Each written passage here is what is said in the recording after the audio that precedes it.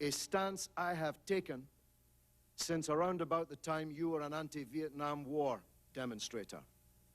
I was an opponent of Saddam Hussein when British and American governments and businessmen were selling him guns and gas. I used to demonstrate outside the Iraqi embassy when British and American officials were going in and out doing commerce. You will see from the official parliamentary record, Hansard, from the 15th of March 1990 onwards, voluminous evidence that I have a rather better record of opposition to Saddam Hussein than you do and than any member of the British or American governments do.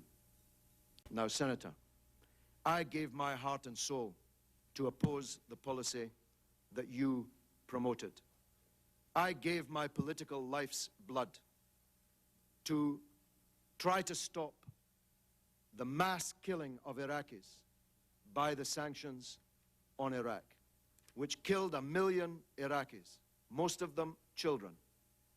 Most of them died before they even knew that they were Iraqis, but they died for no other reason other than that they were Iraqis, with the misfortune to be born at that time.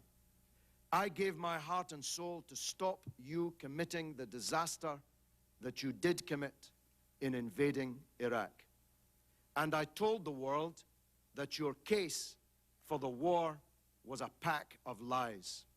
I told the world that Iraq, contrary to your claims, did not have weapons of mass destruction.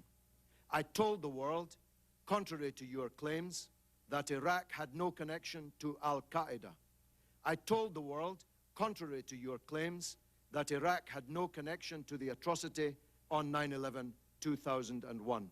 I told the world, contrary to your claims, that the Iraqi people would resist a British and American invasion of their country and that the fall of Baghdad would not be the beginning of the end, but merely the end of the beginning.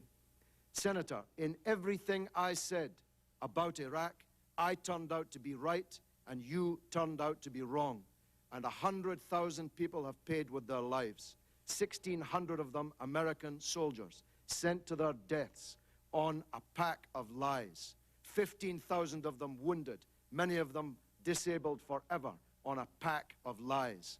If the world had listened to Kofi Annan, whose dismissal you demanded, if the world had listened to President Chirac, who you want to paint as some kind of corrupt traitor, if the world had listened to me and the anti-war movement in Britain, we would not be in the disaster that we're in today. Senator, this is the mother of all smokescreens. You are trying to divert attention from the crimes that you supported, from the theft of billions of dollars of Iraq's wealth. Have a look at the real oil for food scandal. Have a look at the 14 months you were in charge of Baghdad, the first 14 months, when $8.8 billion of Iraq's wealth went missing on your watch.